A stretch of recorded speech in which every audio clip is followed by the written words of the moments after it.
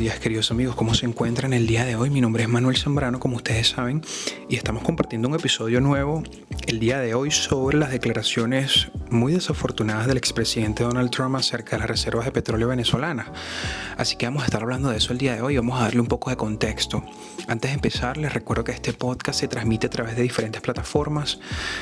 Tenemos presencia en Apple Podcasts, Google Podcasts, Spotify, Anchor, YouTube, así que nada, si te gusta el contenido, por favor no olvides suscribirte. He tenido 2 semanas de receso prácticamente porque he estado haciendo otras cosas, pero nada, estoy de regreso.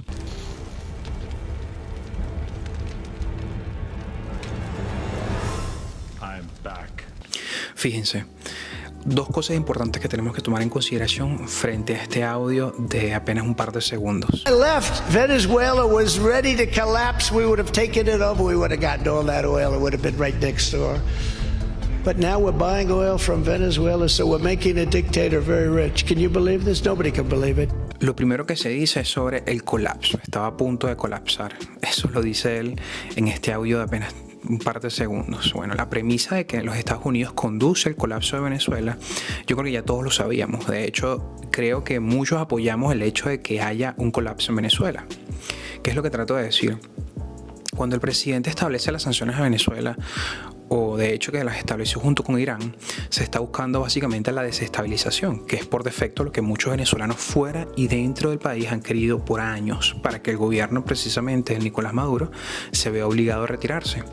Y esto básicamente es una estrategia que se ha aplicado en muchos lugares. Pero, ¿cuál es el problema de esta lógica?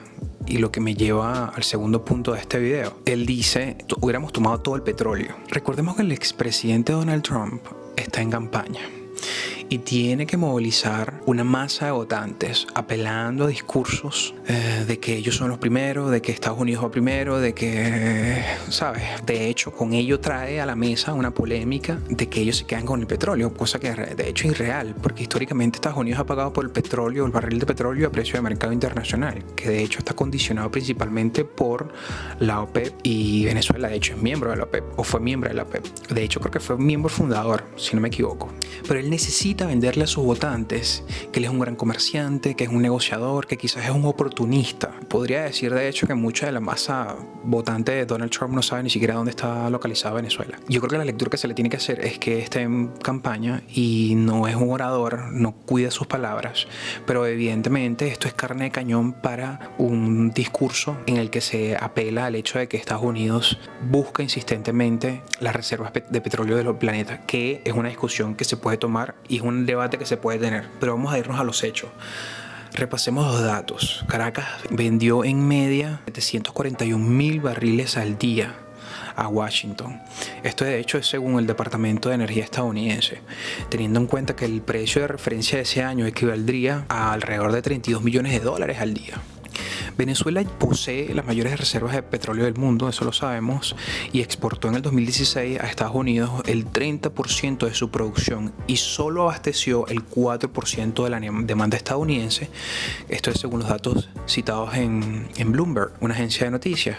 Recordemos también, al tomar en consideración que solo abastece el 4% de la demanda del país, que probablemente que en estos 7 años ha estado en aumento, demuestra de que Estados Unidos está en una necesidad de abastecer esa demanda y por eso necesita establecer transacciones comerciales con países exportadores de petróleo. No nos podemos ser ingenuos y sabemos que Estados Unidos tiene una posición hegemónica de liderazgo en el mundo. Eso lo ha sacado a su provecho, pero ya les voy a caer en detalle sobre eso. Primero, lo que quiero decirles es que el gobierno venezolano ha tratado desde el 2014 de vender ciego. Y eso es uno de los pocos negocios que tiene PDVSA. De hecho, varios senadores demócratas y republicanos han pedido al Departamento del Tesoro que no permita que Rusia tome el control de Citgo. Ellos alegan de que podría tener unas consecuencias de seguridad energética y un desbalance de los precios. El motivo es que de hecho Rosneft, la compañía petrolera estatal rusa, hizo un préstamo de unos 5 mil millones de dólares a PDVSA y a cambio PDVSA ofreció el 49.9% de sus acciones en Cisco como colateral de impago. Evidentemente, esto pondría en una posición de que Rosneft, con comprar unos bonos y tomando posesión de este impago, pudiese tener la mayor posición de acciones de la compañía y pudiera tener el control sobre ella. Entonces, este es el miedo o el temor que efectivamente podría tener los Estados Unidos. Pero lo más interesante de todo esto es que aquellos que sí se han quedado con el petróleo venezolano sin pagar están callados y el chavismo no lo dice. Según documentos de Reuters, se ha comprobado que en 2018 Venezuela compró 440 millones de dólares en crudo en extranjero y lo envió directamente a Cuba con condiciones flexibles de crédito y a menudo implicaron pérdidas, de manera que es una hipocresía alegar que Estados Unidos se queda con el petróleo venezolano.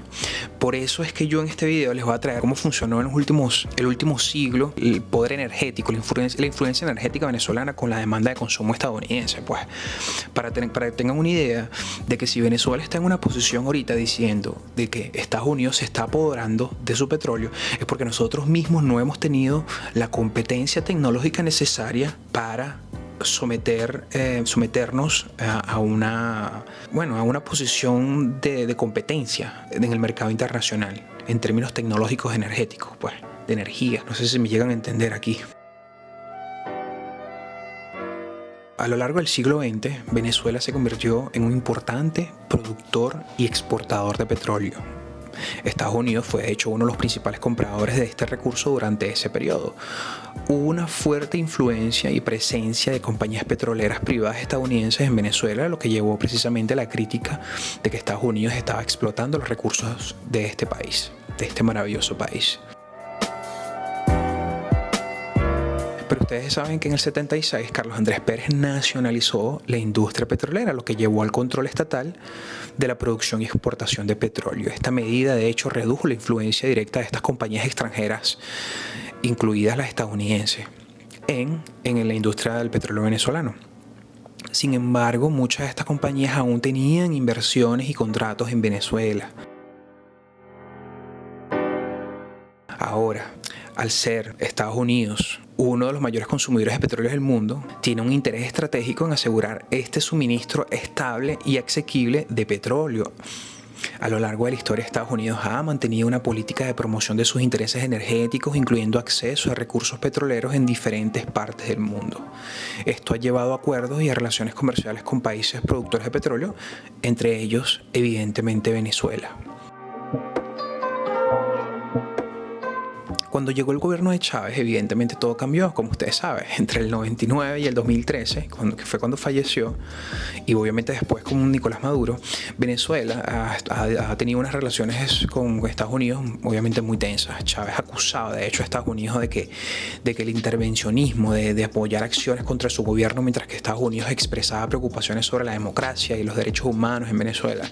Bueno, estas tensiones y desconfianza mutua ha influido en la percepción de que Estados Unidos busca controlar el petróleo venezolano.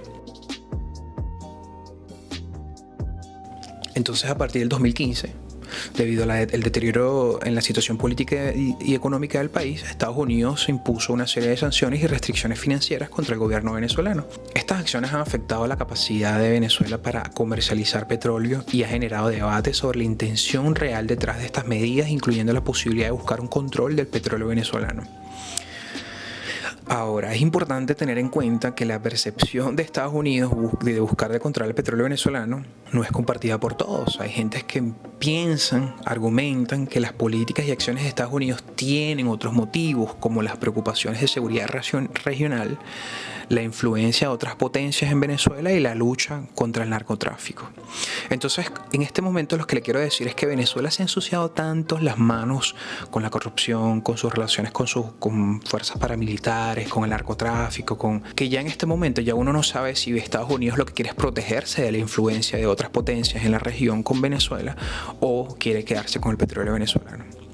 Y yo no sé si a estas alturas, como les dije hace menos de 2 minutos, que ya en este momento de decir que Estados Unidos se quiere aprovechar del petróleo venezolano demuestra más bien nuestra incapacidad de innovar en el mercado energético.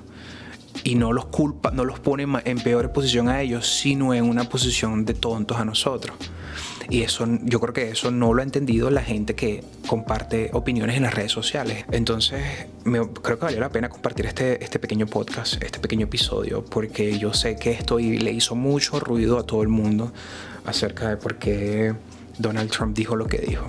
Así que hemos llegado al final de este episodio y espero verlos a que les haya gustado lo que haya compartido con ustedes, y por favor no olviden suscribirse a este maravilloso canal.